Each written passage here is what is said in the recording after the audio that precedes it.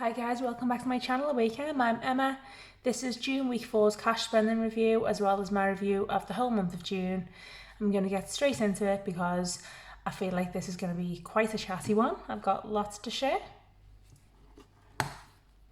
My cash expenses, I'll start with groceries. I stuffed £105 in here last week to last me 9 days. I had messed up when budgeting at the beginning of the month. Long story short, I should have budgeted for June being a 5-week month and didn't. Anyway, I went to Aldi for my groceries and spent £90 in there, and the other £15 went on dog food for Benny and Luna as they were all out. Diesel, again to last me 9 days and not 7. I put £90 in here for fuel. I didn't end up going anywhere too far away, to be honest. I just went on my usual trips to school, work and the shops. Ran Lydia around quite a bit for a prom. More on that soon. I'm excited. But non-surprisingly, even this £90 wasn't really enough for the 9 days. My petrol light was blinking at me on about day 7, day 8. Eating out, I put nothing in here last week and I had nothing left. Kids' pocket money, Bella had nothing left in here. Car cleaning, the car finally got cleaned by me. I'm trying to get myself and my girls into the habit of totally clearing any items out before getting out of the car, and it seems to be catching on. This way, even when I don't have time to get the hoover and the cleaning cloths out, the car still feels nice to be in. This is actually a habit one of my lovely subscribers shared. Well, she's able to do this just once a week, which is even better, but yes, thank you again for this. It's really helped me out. Window cleaning, £10 a month. The window cleaner does these in no particular week, to be honest, but yeah, this was empty last week because he cleaned my windows, I think, during week 1 of the month. Planned spending, I use this to transport any money out and about from my sinking funds folder because I don't take that out of the house because it's big and bulky, and honestly, it's nearly bigger than my bag, than my bag that I use most days. And obviously it's not the best idea to be carrying a lot of cash about.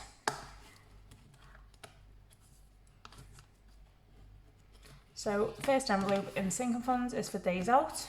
I had around £40 in loose change left over from a car boot sale I'd done and had planned to use this towards a day out. But as I mentioned before, I never went anywhere far, which was good because our neighbours got married. We hadn't known anything about it. It was very low key. They only had around 20 guests and the reception was actually in a gazebo in the garden at home. So they knocked it over and asked us if we'd like to call in. So I picked up a card and had some of the loose change, swapped for a £20 note to give them a small gift, and the other £20 was given to Lydia to go on a day out with her friends at short notice. She's left school now, and I wasn't going to push her to get a job until she starts college in September. I wanted her to just enjoy the summer and thought the £120 I'd give her each month for pocket money, school bus and lunch money would be enough for her to enjoy herself. You know, especially given that she no longer needs to pay for the bus and school lunches. But nope, it's not enough. She has lots of extravagant plans, and so I've told her if she wants to have all these plans, she will have to have a job. I just can't keep up with her.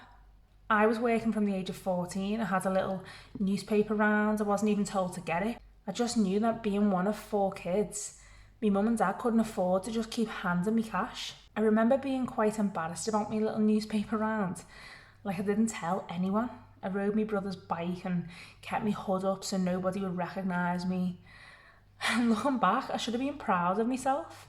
First of all, I had the guts to ask for this job, then got up every morning at about 5:30, then went on easily a 5-mile round bike ride to do all of my deliveries. After a few months, I ended up getting a job at weekends in a sunbed shop. So I don't feel bad about telling Lydia to get a job. I think having one early will help her to appreciate money more and just how hard it is to come by it, that it doesn't grow on trees. And then she'll be less likely to waste it now and further down the line in life when she's earning more money. So I do think it'll do her good. Oh, and she can carry on making her extravagant summer plans then. Whilst we're talking about Lydia and extravagance, she went to a school prom last week, and I can finally, and I'm very proud to, share photos with you. It was such a lovely day, well, couple of days. I had the day before and day of prom off work, so I could take her to have her nails done, pick up a dress which needed some last minute alterations, so I could take her to have her hair and makeup done and help her get dressed. Bella got involved too, which was lovely. She was just sat in Lydia's room while she got ready, passing things to her, getting her drinks. I suppose a bit like a bridesmaid helping the bride on a wedding day. She even held up a dress as she walked down the stairs and outside to the car. Me and Bella took Lydia to school where a coach was waiting to take everyone to the venue, which was a race course in Liverpool. It's actually where the Grand National is held every year, so it was quite fancy and it was pricey. It was lovely seeing all of the kids because I actually worked at Lydia's primary school when she was there, and I knew quite a few of the kids when they were really tiny, and also knew a lot of the parents. Yeah, it was emotional. And seeing Bella so excited and proud of her big sister. For the rest of the night, Bella was planning her prom, so I better get saving for it now. I can't imagine how pricey things will be in, 6 years' time? She's got a primary school leavers disco next year actually, like a mini prom. Here's Lydia at hers. What's funny is when she was at the hairdressers on the day of this primary school leavers prom, they thought she was leaving high school because she's so tall and mature. It's nice to see these photos together, and wow, has the 5 years between them flown by. So there you go, I really look forward to showing you Lydia on her prom day. Gifts, nothing left in here. Health, nothing left in here. This is the theme for a while, guys, bear with me. Clothing, I had nothing left in here. Benny and Luna, this was empty last week too. Holidays, this was too. Christmas, there's £300 still in here though. Miscellaneous, nothing in here. Emergency fund, just £550 in here. I owe this envelope £200 when I get paid to cover the upfront cost of my mail-in passes, which I mentioned in previous videos. Car maintenance, I have nothing left in here. Savings, I have nothing in savings. So, my extended week 4 wasn't too bad. I actually ended up doing another car boot sale to give myself some extra cash. I was just thinking, what can I do? How can I earn extra cash? I had some stuff left in my shed to sell. Then randomly again, my ex-husband got in touch to say that he had more stuff to drop off from our house that we had together. You might remember me saying he'd been clearing out the loft. Well, anyway, I was expecting a few bags and then this all landed.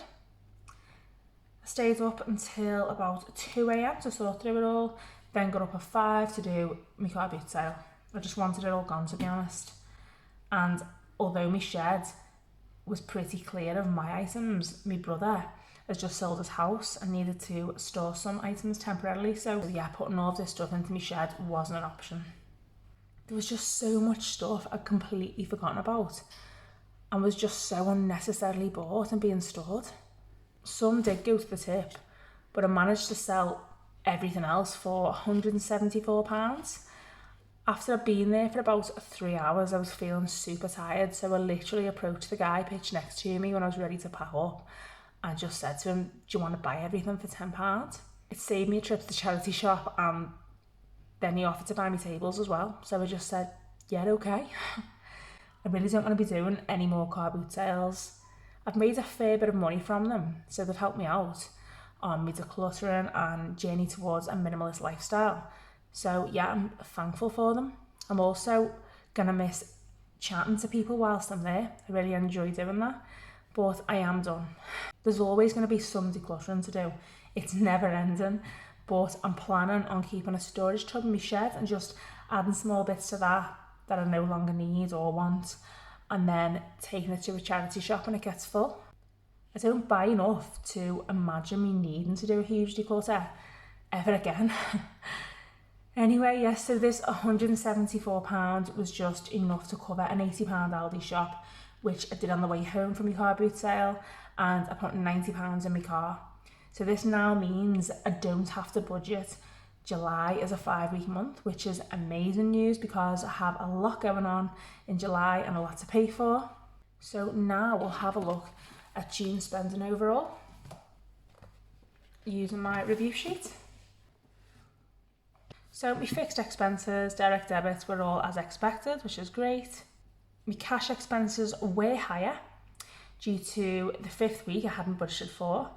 So I spent £115 more on groceries overall and £110 more on diesel. My sinking funds were also higher, slightly more on gifts and days out, £200 more on holidays because I paid the upfront fees for my mailing passes, and then an extra £20 on car maintenance because I had to get my brake pads replaced unexpectedly.